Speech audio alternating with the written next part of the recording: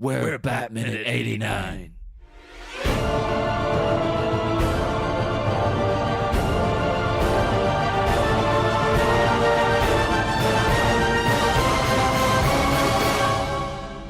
Greetings, citizens of Gotham, and welcome once again to Bat Minute 89, the show that has no qualms about rubbing your rhubarb 3 days a week. I am your host, John Parker. I think I do have some qualms about rubbing rhubarb, but I'm also one of the hosts, Niall McGowan. Hello, Niall. Hello, John. Hello. Yeah. And we are joined, once again, by a very, very special guest. We will let them introduce themselves today, since it's their last episode with us for now. I'm George Hendricks from the Mogwai Minute. I was kind of hoping you were going to naturally go into a Mogwai Minute-esque, like, hello, friends. Have you ever received a mysterious box from a clown, man? You ever been acid squirted in the face? Like you do. Like, yeah, you know. Have you ever danced with the devil in the pale? Oh, we have to get you to say it in Coming up. that voice. Hello, friends. But yes, welcome, everyone. This is minute 81, and the minute starts with the sad story of old Deaf Jack. Okay, hold on a second. Sorry. All right, like, let's do that again. And I want my intro to, I want to do that. I want to do, hello, friends. Have you ever danced with the devil in the pale moonlight? Oh, okay. Well, we could just edit it in, because I say right, introduce yourself, and then you could just do it now if you want, and then we'll chop all this other stuff off. All right, okay. Hello, friends. Have you ever danced with the devil in the pale moonlight? It's just something I ask of all my victims. Of all your podcast hosts, potentially. That's a very strange line. We're going to get to that. That's the thing. It's a very strange thing to ask. I mean, you could maybe imagine a witch maybe going into this type of thing, you know. Are we watching the TV show Salem or something? Because I could imagine it in that. But not so much. I don't know what the context is or where he came up with it, but I remember seeing this in the theater and thinking that was the coolest thing I'd ever seen. Oh yeah, it sounds that cool. Is so badass, and I would like say that afterwards, and I could never make it work because I was 11. But I mean, when I got this is all stuff that coming up at the end of the episode. It was like we're doing the episode in reverse here. I'm like, it's fine. It's free form. Yeah, we jump around. Who cares? It's Friday. Fast and loose.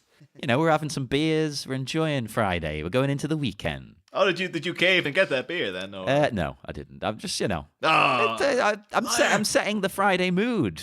The listeners will be maybe having a drink. I don't know. Oh, I'm having a small can of the B17. Oh, is that a bingo beer? Yeah, very. I'm not too sure. Like, I picked it up for very, very cheap, but it's borderline like an IPA, like BrewDog kind of level. It's a really, really nice beer. I've never seen it before, and I only got. I was like, holy crap, it's very cheap, and I've never seen it before. So, it's at one of those supermarkets that has like every once in a while they'll just get a random case of something really good for very cheap, and then it just disappears, and you'll never see it again. Never again. I had to stock up while it was there.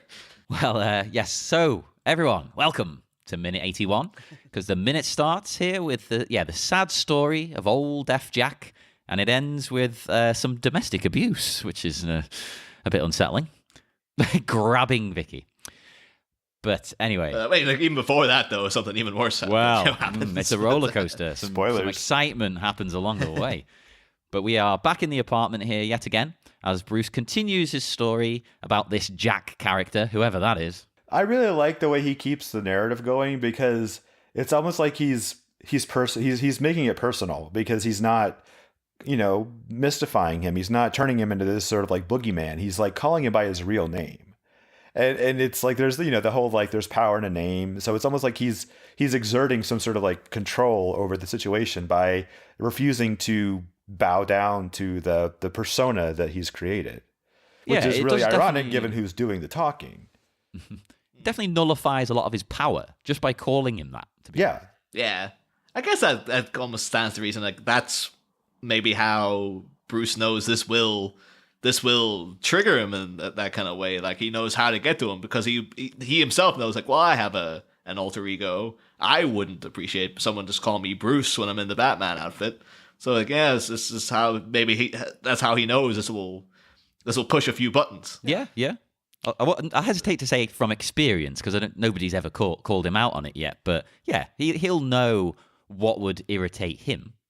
Yeah, apply it to Joker / Jack. But I do love it because he has this describing things about Jack and like, oh, couldn't hear the train until it was 2 feet from him and stuff like that. I love, because, we've mentioned this several times, but like the reaction shots, like, particularly Jack Nicholson and Kim Basinger, because she was great during the restaurant scene. And she's actually she has a nice moment in this as well. But because he obviously knows, oh, he's talking about me. And so Bruce says this whole thing about the train tracks, and Joker's facial reaction is kind of like, yeah, that sounds like me. Yeah. Like he's kind of really like, yeah, that's accurate. This all checks out. Yeah, he agrees, and he looks genuinely interested in the story and like where it's going. And he's like, oh, this is intriguing. He does. He shoots like looks over to Bob and stuff. I'm kind of like, where's this? What's this guy doing? Like this is interesting, isn't it? Yeah. This is a thing. Yeah, this is new. So my question is like, was this like an actor choice or was this a director choice where he's picking up Alicia's face pieces and just toss them in the fireplace? Like, let's clean this trash up. Again, not a place to throw it. Why would you throw it in the fireplace? It's porcelain. It's not going to melt. Yeah. So basically, Vicky's going to have this weird painted porcelain face bits all charred and gross in her fireplace until she decides to fish them out. And that's got to be toxic, surely. Like, because the paint, you don't burn that, do you? In the little apartment. Well, it's a big apartment, but you know what I mean. It's a small space to be burning things like that. I would say though, the protection of Vicky Vale's property is not Bruce Wayne's priority in this minute. And it's quite ironic because it seems to be him. He's the only one really doing the damage as well. Like Joker's got a whole posse with him. He does less damage than Bruce Wayne does. Yeah. Oh yeah, Bruce is going to do something really, really over the top in a minute. It's pretty nuts. We will. Oh yeah, we'll get to that. I also like the painting above the mantle. This like reclining male muscly back nude, which doesn't fit with the sort of weird grandma flower vase Laura Ashley explosion going on in there with the rest of the place. Grandma likes to see a bit of skin. I guess so. Yeah. Everyone enjoys Grandma's that. not dead yet.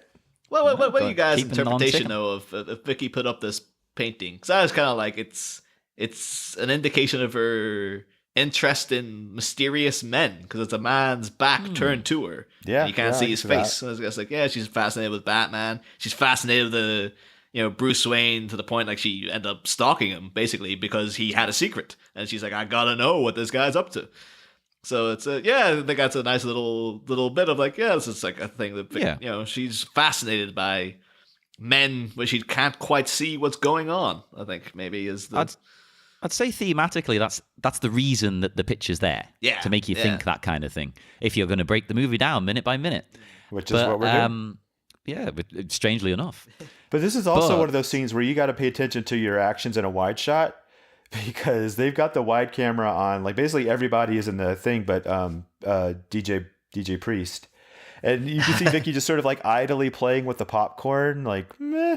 I'm just sort of like watching this scene go down. I'm like, she's not acting like she was a second ago. Where she's kind of scared and like clutching the bowl to her chest. She's just holding this for no reason. Yeah, she doesn't look too bothered by what's happening. She's just kind of casual. Like, okay, I'm just going to watch these two guys have a little. It's a Friday. It's cool. Yeah, but she does relaxing. She does have a good reaction as well, though. Of that she doesn't obviously know what Bruce is, exactly what he's going to do. But when he comes over and he's going for the fire poker, and he kind of gives her a little look, and she realizes of like, oh, I have to. She looks down and sees what he's grabbing, and she's like, I do not need to be here. Yeah, that's very much like I better move. And it's very perceptive of her. Yeah, there's also a kind of a bit of I got a vibe of as she's walking off of like, because she knows like this is just going to escalate into violence, and she's kind of got like a real like, boys, this real like, these guys are gonna have to do a whole why does this have to happen? It's about to get weird. Yeah. Bloody men. But it's like not very pronounced because obviously Bruce is trying to help, but it is very much like, oh god, what's he gonna do? That's his only solution is violence. Yeah. He didn't try any other tactics, really, did he? He should have took a different approach. Well, I guess that that's as good a segue as any, is in that the talk that the events in the last version of the script that I have is like the 5th draft, and this scene is very different. Like the same beats are hit, but a few things have been taken away in this, and things are out of order. Like, the poem the Joker has in the next minute is right up front in that draft, and the whole business with Vicky's there. She's got this the package from the Joker has been sent in advance, and her and Bruce are like, "What the hell is this?" And he tells her to go into another room, and he apparently has the utility belt on him, like he's got it in a little shoulder carry. And he takes out the utility belt, puts it down on the kitchen table, and he's about to start scanning it and all this kind of stuff when the Joker waltzes in. All these events, what Bruce's plan is in the whole what's about to happen to him in this minute is entirely to do what he's doing in this movie, but also in his fall, he swipes the utility belt off the kitchen counter, so no one will spot it and stuff. That's extremely complicated. Yeah. Very. And the thing is that adds into something that we'll bring up in the next week, which was a very prolonged, major deleted sequence that was really big, and it cut entirely out from the film. But you would have needed that utility belt to be there for that to kind of pan out and stuff. So stay tuned. Yeah. Yeah, a little spoiler, teasing the audience. I like that. But Bruce, though, here...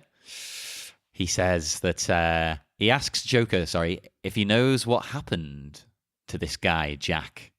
So it turns out he made some mistakes, and then he ended up with his lights out. And as he says that, Bruce smashes the vase with the poker and gets insane. He completely transforms into another man. And then he comes out with his best line, but I'm saving that for a minute, because did you not want to say it, actually? One of you two no, George wants about it before. There's a line he wants coming up later, but yeah, later. Oh, I'll go for that, because Bruce. Well, actually, Niall, what's your impression of it? You're a good impressionist. Well, the thing is, obviously the lights, the lines is like, lights out, now you want to get nuts? Come on, let's get nuts. Which is, want to get nuts? It is probably one of the most iconic minutes from this whole thing. Maybe not for the right reasons, but it is what people associate with this film now. The only thing is this line reading is so Michael Keaton. Yeah.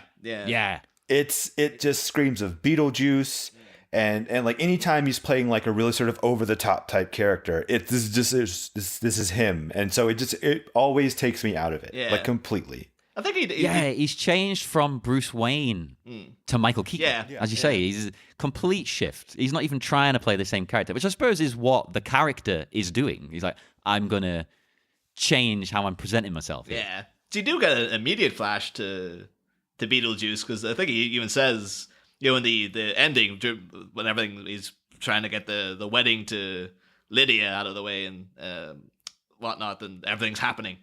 And he actually does come out with a, come on! That's quite a mood swing. To be honest, I feel that. That's me sometimes. I can't help it. The thing is, though, like, it was only now when I had the subtitles up. I've been mishearing the lead-in to this line for years, because I always thought it was this was him doing like an impression of Jack, because I thought he was saying, and then he had this lights out, you want to get, like he was going like, this is what he would do, that kind of thing.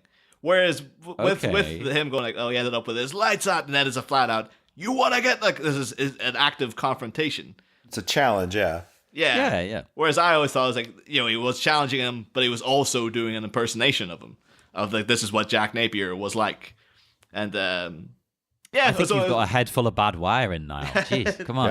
For years, it was, pay attention. If you go way back to like minute 3 or 4 or whatever, for years I always thought that kid was called Timmy, and it turns out his name's Jimmy, and it's like, boys, that's a fair mistake, though. No, I always, because of the way he immediately goes into the soft-spoken, into the shout, I always misheard it as like, then he had this, and then it turns out, no, that's not what he says. So, there you go. I've learned something new through Batman at 89 this week. Write it down, everyone. He's wrong. I'm not wrong. I'm saying like I know what the line is now. But I'll let you off. I won't. I'm going to hold you to it. 1-star review coming Oh, up. God, so bad. Oh, I do love Bruce going nuts, though, and then Joker pulls out a tiny gun on him in response. Yeah. A tiny gun, all cool and collected, which is quite a contrast between the two, because Joker's a different kind of nuts, I think. He's not like lashing out, going wild, kind of crazy. He has moments where he'll, like, his anger will spark through, but mostly he's very calm and collected. Like, they're really bad crazy. Yeah, that's worse in a way, because you don't know what to expect from that. Like, if he was a wild man, you know how to deal with that. You know what's coming. But this is different. But I actually researched this gun because I was taken by it because it's so tiny. And it's a Smith & Wesson Model 1, which, as the name suggests, it's the first model. And the production ran from 1857 to 1882. It's so little. It's like, is it like a full size revolver just shrunk down, or is it like just like a 1 or 2 shot, like a Derringer? Well, being English, I don't know a lot about guns. Yeah. But my research produced some things. It was the first revolver available to fire rim-fire cartridges. Okay. But that doesn't mean anything to me. But hopefully to someone that means something. And yeah, it's the first revolver that Smith & Wesson made as well. And I thought I'll look into what other movies it's in. I think rimfire cartridges are like the transition from like lead shot, like fired muskets, to like actual like pre-manufactured shells that had like, the slug in the front with the gunpowder inside, and then like the firing spot. And then like the hammer comes back and it hits the back and it strikes a spark and it ignites the bullet and it flies it out. So there's like a whole, basically everything was preloaded. Whereas before that, it was all like manual. Like you were just putting in the powder and you were putting in the shot and you're tamping it down, that sort of thing. So there was like a first attempt at what you'd think of now. Yeah. Well, not now with bloody semi-automatics, but these type of guns. Yeah, it was a transition from like the old way to the new way. Well, I thought I'd look into what other films it's in, and the only one I could find is 4 for Texas, which is... I was thinking it would have to be like a Western. Like Well, it's got it stars Frank Sinatra, Dean Martin, and Ursula Andress. So I was like, oh, okay. I'm not watching it just for the gun, but maybe if I saw it on TV, I might stick it on. It's like, oh, this is the movie with the gun in it. Let's watch it. Which scene's got the gun? I think that might be the movie that Robert Aldrich made straight after Whatever Happened to Baby Jane, because I was watching the TV show. That's Scandal. What do you call it? Oh, I thought you were saying there that you watched the TV show of Whatever Happened to Baby Jane. No. I was thinking, I don't recall this happening. What do you call it? There was a thing with Jessica Lange and Susan Sarandon where they played. There was about the making of Whatever Happened to Baby Jane, and Jessica Lange was Joan Crawford, and Susan Sarandon was played. It wasn't Scandal, because Scandal is a show, but it's not this show. But yeah, they had a whole thing with Alfred Molina was playing Robert Aldrich, and yeah, they had a whole thing then of like you went on to make 4 for Texas straight after, and Frank Sinatra was an absolute piece of crap to him and stuff like this. You heard it here, folks. Frank Sinatra's a piece of crap. Oh, can you say that these days, or is his no, ghost I think it's still in with the mob? No, I think it's well documented that Frank Sinatra is a piece of crap. He definitely had some. Never mind. Yeah, I don't think he's a good guy. I don't think we're safe enough in saying that. But I think even Frank Sinatra would be like, "It's fair. It's fair." Yeah, like Joker just before nodding. Yeah. Okay, fine. No, I agree. Completely don't disagree with you at all. I do enjoy within this shot though, like I will also say, like, be remiss if I did mention with the "Let's Get Nuts" that this has been, because it's so infamous, it's been referenced in the Lego Batman movie. They had they had Will Arnett coming out with before he breaks into this opening song, which I think we talked about that song when Neil Brown from the Mogwai Minute was on. So that guy, everything's connected. Yeah, and I think he has a whole, when he's talking to the Joker, and he goes into like, "Let's get nuts." And then it's also brought up in the recent animated film Return of the Caped Crusaders with Adam West reprising as part as Batman, which is a great film if you haven't seen it. And there's a whole thing where the Batman turns evil in it, and he actually ends up original. It gets crazy. Like he turns evil, and then I think he clones himself. And Batman takes over Gotham by like literally taking over everybody's jobs. Like you'll see Batman with like a policeman's hat in the background, and he'll be the commissioner, and he'll be like the guy working in a deli, and he's every person in Gotham is Batman and stuff. That's really weird. Yeah. Oh, well, it's fully embracing the 1960s TV show. But yeah, there's a bit of him again confronting the Joker, and it's the evil Adam West doing, come on, let's get nuts, and that has another little nod as well to the Dark Knight Returns, where one of the best lines in that of, you don't understand, son. This isn't a mud pile. This is an operating table, and I'm the surgeon. And it's just like, it's one of the big celebrated Batman lines. But it's, because this is supposed to be not your 1960s Batman. This is like an evil version of him. So he's coming out with all the crazy 80s stuff that he was saying. That's cool. Yeah. I like that. Oh, no, it's great. It's a great movie. So, if people are looking for something to do at the weekend, Return of the Caped Crusaders, by all means. While you wait for us to come back. Yeah. Lock it in there. But I love the Joker's reaction here, because like Bruce was hoping to get a proper flinch from him, and he seems to be very calmly just whips out this gun as if like, yep, just it's nothing to me. He's dealt with this. I'm before. done. Yeah, it is a real all right, my fun's over. He's kind of like bored now. He's ruined it. He's ruined the moment by going nuts, going full nuts, full crazy, and Joker has seen this before. He's dealt with these kind of people, as part of his job. Yeah, he is basically. Those people. Yeah, he's like, I'm the only one who go absolutely crazy on this ride. There can't be two of them. Something tells me there might be a showdown then to decide who gets to rule Gotham. But yeah, then we get one of the most classic lines, particularly from this film. It's one of the been waiting for it. Yeah, really iconic line that. It's one of the things when you asked me what minutes I wanted, I want a minute that has one of those versions of that line in there. Yeah. Oh yeah, because this is as many lines in this film or repeat themselves. There's a real thing. We'll get into that again when this line's repeated. We'll maybe discuss why that might be more. But it's one of the lines that reoccurs several times throughout. And then you guys, you want to take it and deliver it to the people, or? You ever dance with the devil in the pale moonlight? Oh, yes. That was good. That was perfect. I think that was more of a Batman reading of it later than the Joker version of it. I thought you were just doing your Mogwai Minute-esque voice. Well, that too. But yeah, the Joker delivering this, clearly showing that he's a fan of the UK band Top Loader, who of course had the hit single "Dancing in the Moonlight."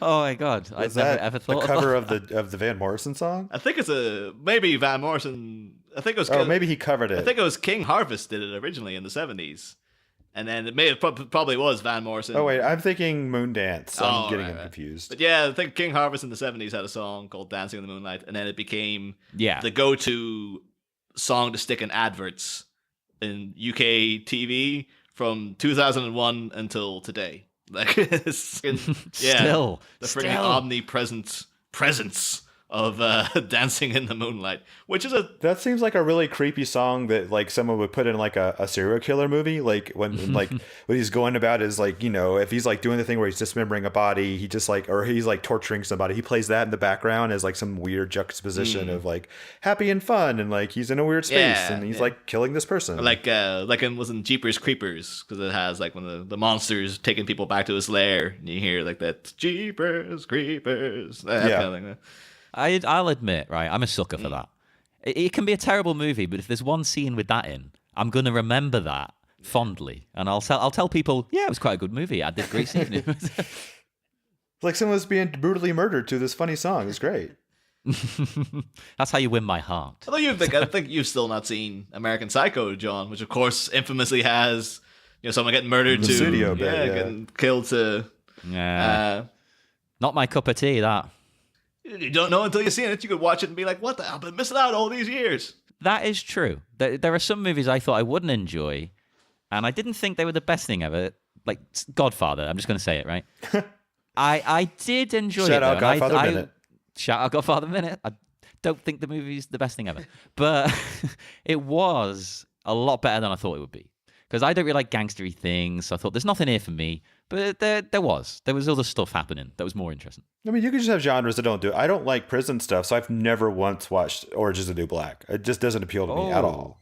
Oh no, you might like that because see, everyone it's says that, really... but I just getting in that world, it just stresses me out. I was like, ugh, I don't know. I will never commit a crime that requires me to go to jail because I think jail is terrifying. I get it, because it's always medieval set pieces don't do it for me, and pirate. Oh, I love that. Oh no, and pirate movies. Like all the Pirates of the Caribbean. I've only seen the first one, and I only just kind of liked it. And it's that's the best one, to be fair. Yeah, but it's just, really the whole is, thing's just like pirates. I don't know. This doesn't do it for me. It's like I get it, pirates, and they go about their ships and there's magic and stuff. Whatever, you know. But because of not even medieval set pieces, but just like you're a big Stanley Kubrick fan, and yet I can't sit through Barry Lyndon because it's a set. It's a period drama. And it's just like I don't care. I just don't care. It's like I look at it. It's like I love how the shots visually look like that. Looks like a painting because he's got this special camera from NASA that he's used to do this and stuff.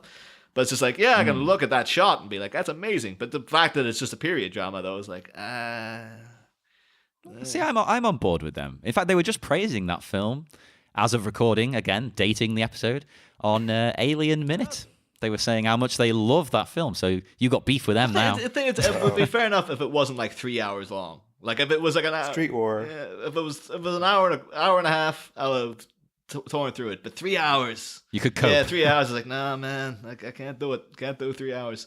Not something I know going in. I was like, I'm probably not gonna like this, you know. But I know what you mean. Yeah. Anyway, that was a Batman. Insert the sound effect. But with here that we get one of these bits. We've been kind of alluding to this the whole way through, in that this is supposed to be the moment that Bruce realizes, wait a minute, this is the guy who killed my parents. Which because he says that to him, and he has a real. It's not a what of fear. It's a real like what? Like what did you say? Like yeah, like I've heard that before. That's a very specific thing to say. Yeah, and then this, as we've been discussing the whole way through the show. Is that because this was clearly a thing that was added in later on, the whole business of the Joker killed Bruce Wayne's parents. And you can kind of see the seams a little bit because earlier in the movie he has Jack Napier's file, which has a picture of him as a kid, what he looked like when he killed Bruce Wayne's parents. Batman doesn't bat an eye at it. And there's also a lot of people interpret when he's dangling Napier over the chemicals, the look on his face is supposed to be a look of recognition of like, this is the guy. No. And then apparently a lot of people do think that's what that's supposed to be. But this here would indicate that no, he couldn't have, because why would he be taken so by surprise to hear this if he already had an inkling that this was the guy, you know? Yeah, exactly. My only explanation for not picking up on the picture in the file, I mean, I'm reaching here. This is a struggle. But I mean, he was traumatized as a kid. Maybe he's kind of suppressed what the guy looks like mentally. He doesn't want to think about him. He doesn't want to picture him. He can't bear to. So maybe he literally sort of has a blank spot there. Yeah. Well, maybe one of the secrets that Batman has been harboring all this life is he has aphasia. He just doesn't recognize faces. That would be great. He's the world's greatest detective, but he cannot. He has to use facial recognition software because it doesn't. His eyes don't work that way. That sounds like a quirky show that you would get. Like, we had Monk, and all those kind of things. This is the evolution of that. It's like, he's a detective, but he can't see people's faces. It's genius. He has to find other clues. The big thing is like, because all those things, like, Monk, House, all these things, like, had the one name title. What would you call them? Like, Face or something. It's like, ironically, he also can't recognize faces. And he happens to be called, like, John Face. This is writing itself. Quick, get this funded. But dude, I would love though if that would happen like every movie. Then it was just like, all right, Alfred, I finally took out the guy who killed my parents, and then like the Penguin shows up. He's like, Alfred, I think that Oswald Cobblepot guy killed my parents. It's like, he's the same age as you, sir. And then but then Batman and Robin comes around. And he sees like Mr. Freeze. And he's like, wait a minute. Alfred just like. It's like, it's just like, I'm not, the whole plot line of that is like Alfred's sick. And this is like, I'm not sick, sir. I'm merely losing the will to live. I'm sick of you. As like when Two-Face showed up, he's like, wait a minute, one of those faces looks like the guy who killed my parents. Because he has a punchline. His catchphrase. Anywho, also at this bit then, because Bruce says like, "What?" and Jack has his, "Oh, I asked that of all my prey." I just like the sound of it, which is fair enough. That's It does sound good. Yeah, I've Googled the phrase to see if it came from anything, and it doesn't. It seems to be. Yeah, it seems to be just specifically originated for this movie, which is good. It's nice when you can pull something that's like actually legitimately creative and not just cribbed from something. Yeah. But some people have done like a really in-depth kind of what's the psychology behind what he's saying. Is he asking have other people dare to dice with death like me? I don't think it's anything like that. I think it's just simply it's along the line of Samuel Jackson in Pulp Fiction. It's Ezekiel 25:17. Yeah, it's just more like it's a cool thing. Although to be fair, Jules in Pulp Fiction, he ends up really dissecting the meaning of the thing he says. But I do think that this might have been young Jack Napier could have come across this phrase and he's just like, this whole, I just like the sound of it. It is just like, it's a cool thing I like to say. And it works because I think he's kind of saying he's the devil. Yeah. Oh, yeah. That's what and dance. You're shooting at him. I know he's not shooting at the feet, but he's probably like, there's a connection there. Yeah. I'm the devil. Come dance with me. Yeah, and I think it's more like a confrontation thing. Is like, have you ever walked the line that far? Like have you ever stepped that far out of the norm to the point where you're dancing with the devil? Because it's obviously this sort of thing where you're. We'll get to it in due time, but there is a sequence later on with the Joker dancing. And it is by the pale moonlight, so that's a. So yeah, so he's definitely. I think he sees himself as a devil in this scenario. I will say when he does, is like I just like the sound of it. But again, we've brought this up before. I'm having to create headcanon to excuse it now because that's half the movie is us making headcanon. But again, under his glove, you see he's got silk long johns on or something. You can see this white fabric, which is also supposed to be his wrist. And that's Jack Nicholson. Oh God, though, imagine silk clothes that you're wearing as thermal underwear. That's horrible. Yeah. But I guess it's the feel, it'd be sweaty. I think when we last brought it up, we were saying it's winter and maybe it is cold and stuff. And it's because again, you see, it's obviously for the practical purposes of the movie, they've just put a white under thing, so he's not getting white makeup everywhere. Plus, it's not when his cuffs go up, you're not going to see a big patch of Jack Nicholson skin color. But I'm going along with my thing I've kind of formulated throughout, which is why he's wearing the gloves all the time. I think the effect of the chemical on his skin is actually quite painful, and he's wearing the gloves to protect his hands. That's why he has them on all the time, and he wears this thing underneath because maybe even to put on his clothes is still quite sore. And he's crazy, so he's kind of moving past it, but he's also just to get that out of the way, I'm wearing these coveralls, so I can just kind of go about my day without having to worry about that and stuff. But, or he's a never nude. Yeah. Has he got cutoffs underneath? Yeah.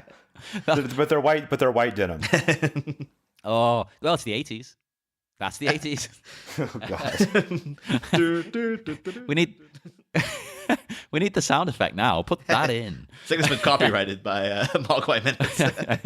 I don't know. We co-opted the sad bell from Indiana Jones, but permission from Pete. As long as you got permission. But been can we use it? Can we use the it's the 80s? George been like, no. I'm sure it's not a problem. I'm giving them this, and Neil's like, okay. Yeah. I think that's a T-shirt though. It's we're encroaching into something that's actually part of the merchandise. It's we really are getting a. Hey, it's just building our brand. Tell you what though, if you're never nude, you don't want to be wearing white shorts because those things aren't really getting a good wash. You want to be wearing some black. Is this from experience you're telling us this, John? Or? I think they'll eventually become black. Well, true. They may they'll over do time. The whole John McClane's T-shirt. Tank top in Die Hard, it goes from solid white to this weird gray olive drab. It looks like all of mine, basically. I'm wondering. I think Neil put that up when our week of Die Hard Minute was airing. I wonder how many people are going to talk about Bruce Willis's tattoo, and because we hadn't listened before. Obviously, we couldn't listen before the the show was recorded. We had no idea what people were talking about in the other minutes. So I think like we came in with this real like swinging dick, like we got this great trivia about Bruce Willis's tattoo that no one else is going to touch, and apparently, yeah, we talked about it too. Yeah, it's probably brought up every friggin' episode. Every single person. So I kind of have one to go through now, just like mark off every time someone brings it up. I think later on we should go back and listen to the whole thing and make it a drinking game. Yeah. Like Yes. every time you talk about something you talked about in your own episode, you take a drink. We have to come up with a Bat-Minute drinking game as well. We can do that. Whenever things are connected, Yeah. take a shot. Like people like really desperate for a shot. It's like, I don't know, that fire poker was in My Stepmother is an Alien, which also starred Kim Basinger. Take a shot. But anywho, where were we? So yeah, the Jack shoots Batman. The titular line, yeah, the connectivity of it. After that, then he just shoots Bruce Wayne. In the fifth draft, the fifth draft, he does the old bang gun routine and then shoots him later, which is a bit of an odd, just slight variation that didn't really need to. I don't mind them cutting that out. That's fair enough. You've kind of streamlined the whole process here. Yeah. And I do tell you what's refreshing to me. Oh, sorry, were you going to say something? No, work away. I was going to let you finish your thought. I'll tell you what's refreshing to me is that the villain just comes out and shoots the hero. Yeah. Like, in anything else, he'd find some convoluted way around not just killing him. He'll kidnap him to draw out Batman or something. Yeah. Or knock him out or something. Yeah, but in this, Jack's just like, no, I'm just going to shoot him. Bam, done.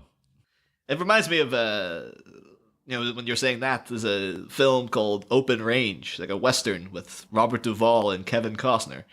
I remember the most refreshing part of that is like, it's winding up to like one of the big confrontations.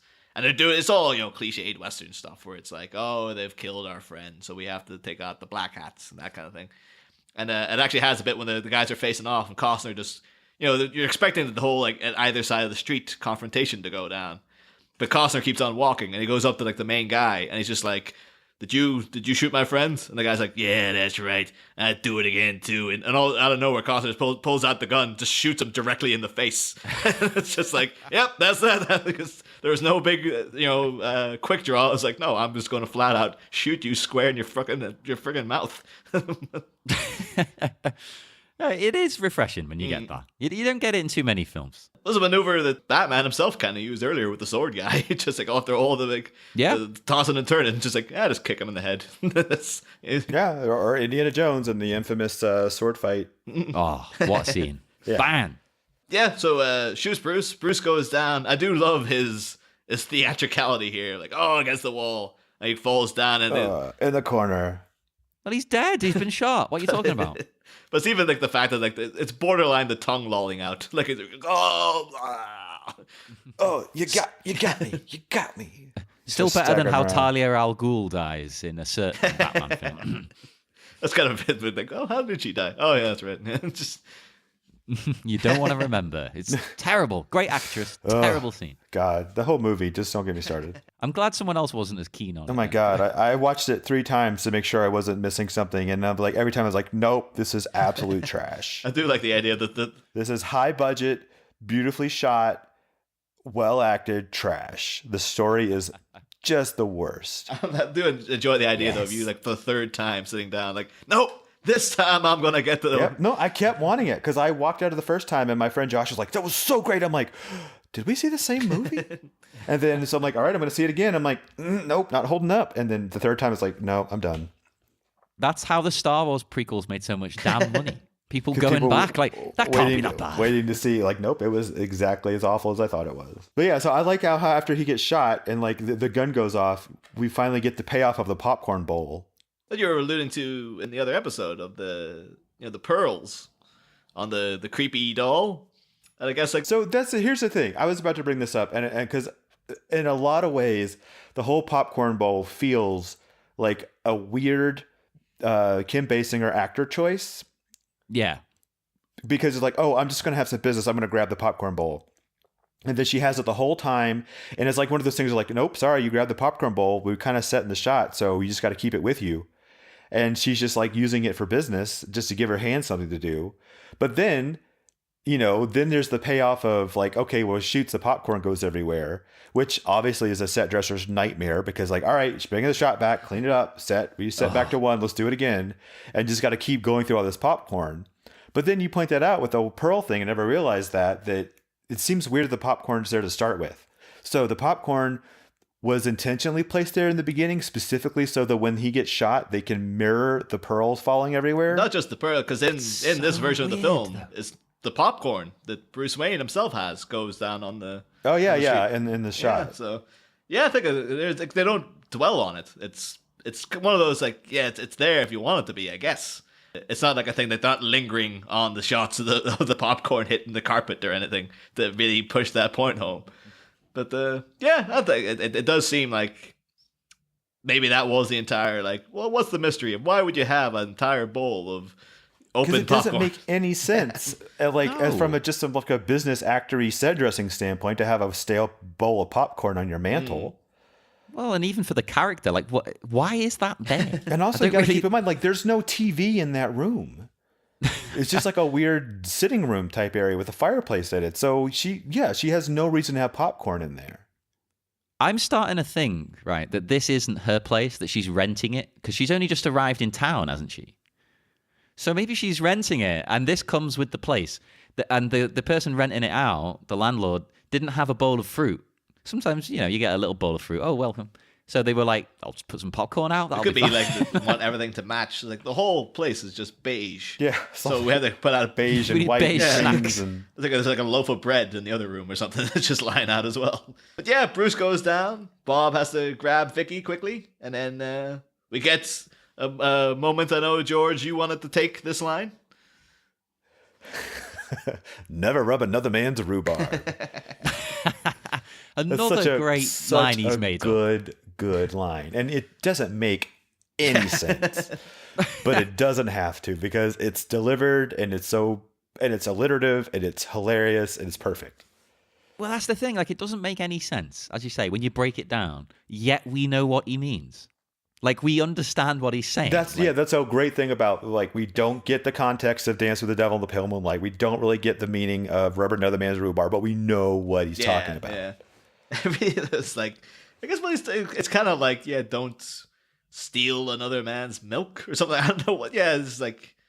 Yeah, but why rhubarb? Like, why is she rhubarb? It's also as well. It's just like rubbing rhubarb. That's almost like, is this like a masturbation thing he's talking about? It sounds like homoerotic almost, like touching your penis penises together, or something like that. It's like okay, like that's a weird thing to do if you're into it, I guess. Or it could be like, it's like saying, if you're standing at a urinal next to someone, don't cross the streams, kind of thing. Like, never rub another man. Never get so close where some other guy's kind of trying to get his end away, basically. Yeah, it's weird. It's got this crazy sexual phallic innuendo to it. Because if you know what rhubarb, it looks like these big stalks of celery. It's just red, which is also unsettling. And just the fact that red, I don't know. It's weird. But it's a great line. I'm glad it wasn't just me thinking of penises then. I thought there was... No, I definitely got a penis vibe off the whole thing. But yeah, and then... From that, another classic. So many classic moments in this. Friggin' Let's Get Nuts, Dance with the Devil, Never Rub Another Man's Rhubarb. It's like, this is like one of the big scenes. And the death of Bruce Wayne. Yeah. Oh, tragically, this is of course the end of the podcast because Batman's dead now. So it's been a wild ride.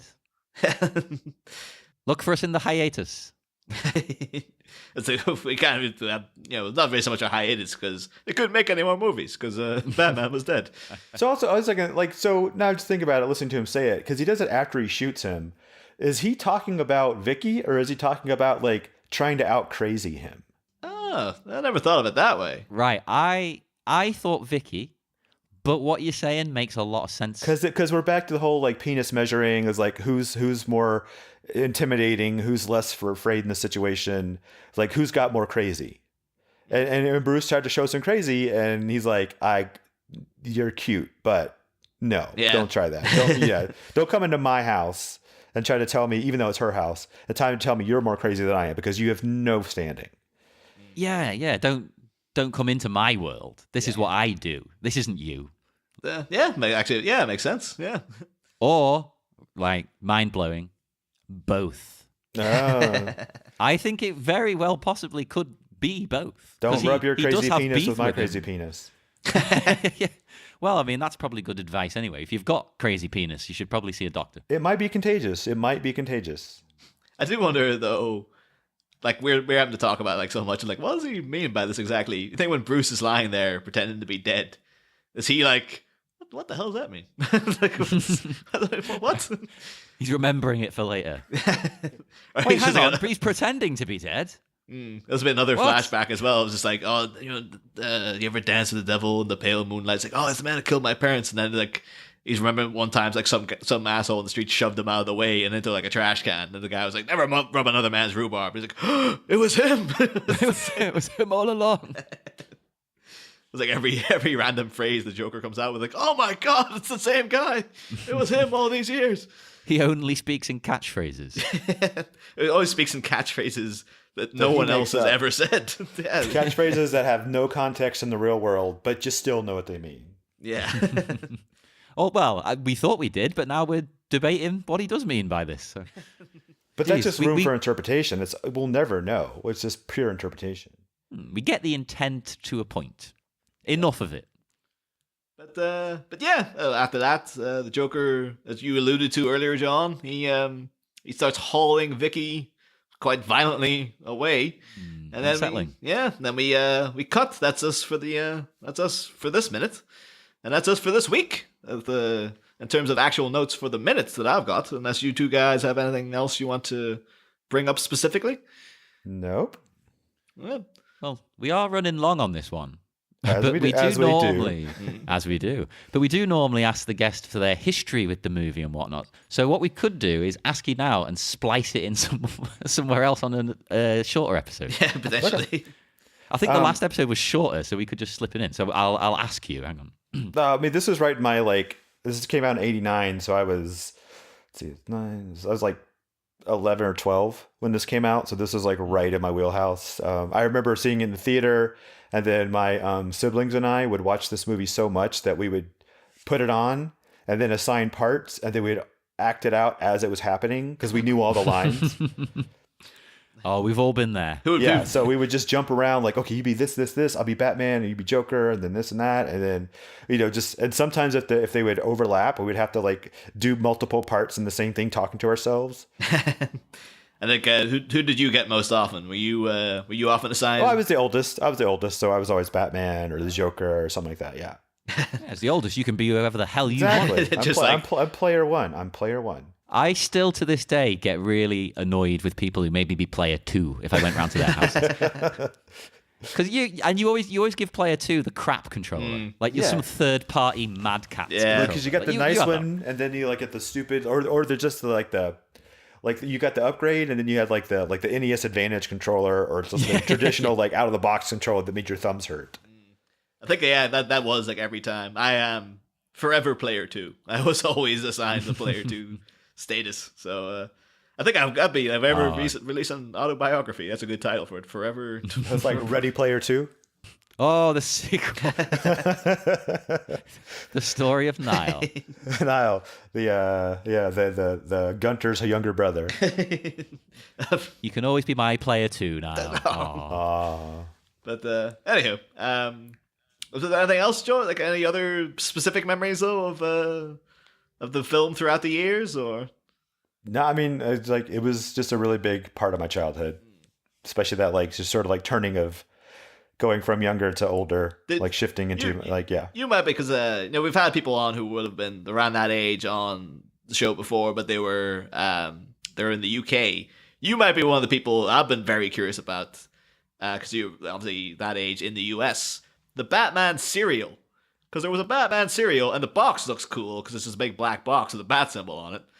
But it was just like, did you ever have Captain Crunch, right? Was that? It was just like yellow Captain Crunch Batman symbols, I think it was, and it was It was fine. All right. It wasn't amazing. It was just all marketing. Yeah. Oh, I was really hoping that was going to be like the greatest thing ever there, but I think it had That marshmallows was in great. it too. It had marshmallows, right? It was basically like Captain Crunch, like Lucky Charms, but Captain Crunch and like mushed all together. yeah. That's kind of like I hope it's like it sounds tastes okay. like justice or something. Nope, it just tasted like corn syrup. Let me shock you, though. It's only relatively recently that Lucky Charms have been available here. Oh wow! I've only had one yeah. bowl, and that was nice, but never again because like the sugar crash that came after was insane. So much it's like the crunchy bits. There for a while, I think they were selling it where it was just all marshmallows. Oh god.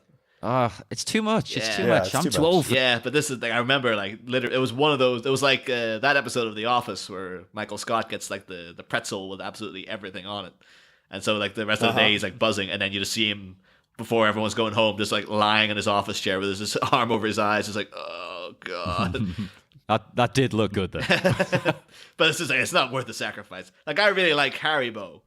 But I know the risk, and I only have a little bit of it because if you have a bag of Haribo, you are gonna feel like crap about an hour later. That's why you don't eat the whole thing. You just every now and then, just drizzle it in there. Yeah, just dip in whenever you can. Keep the spikes from spiking too high. But now, unfortunately, we have to make our listeners feel like crap because we have to leave them. We do. Sorry, guys. Sorry. And George is leaving you. I am. So ride that train as long as you can because it's not coming back.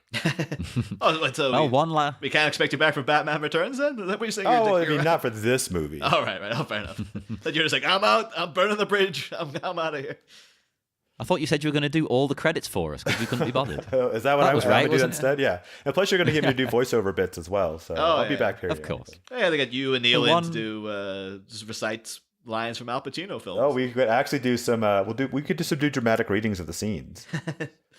Although if you end up doing anything from The Devil's Advocate, like I want to play Al Pacino in that because like that's just as a man, geez, that's a guy in his element, just like friggin' just nothing but scenery chewing. Yeah, Nothing it's but literally scenery just you chewing. can see the friggin' door handles coming out of his mouth. He's just friggin' chewing that much scenery in it. But Well, one final time, where can our listeners find you, George, on that old internet? Just look for the Mogwai Minute. We did the smart thing and only went for something that was completely unique. So if you just type in the Mogwai Minute, you'll find us. And make sure you do. And check our social media stuff out as well. We're all over the place. Facebook, Twitter, Instagram, Tumblr, all of them. Just type in BatMinute89. Again, it's a pretty weird one for someone else to try and rip off, so they haven't. Thank God. So we're the only thing that'll come up. Check us out there and join us again on Monday because we will have a new guest and a new minute. We will have minute 82. So see you on Monday. Next time, holy sinister sonnet. As the repulsive rogue turns rakish rhapsodic, which fainting fate will befall our frightened femme as she has a nosy of a fistful of posies? Find out next week. Same Bat Pod, different Bat Minute.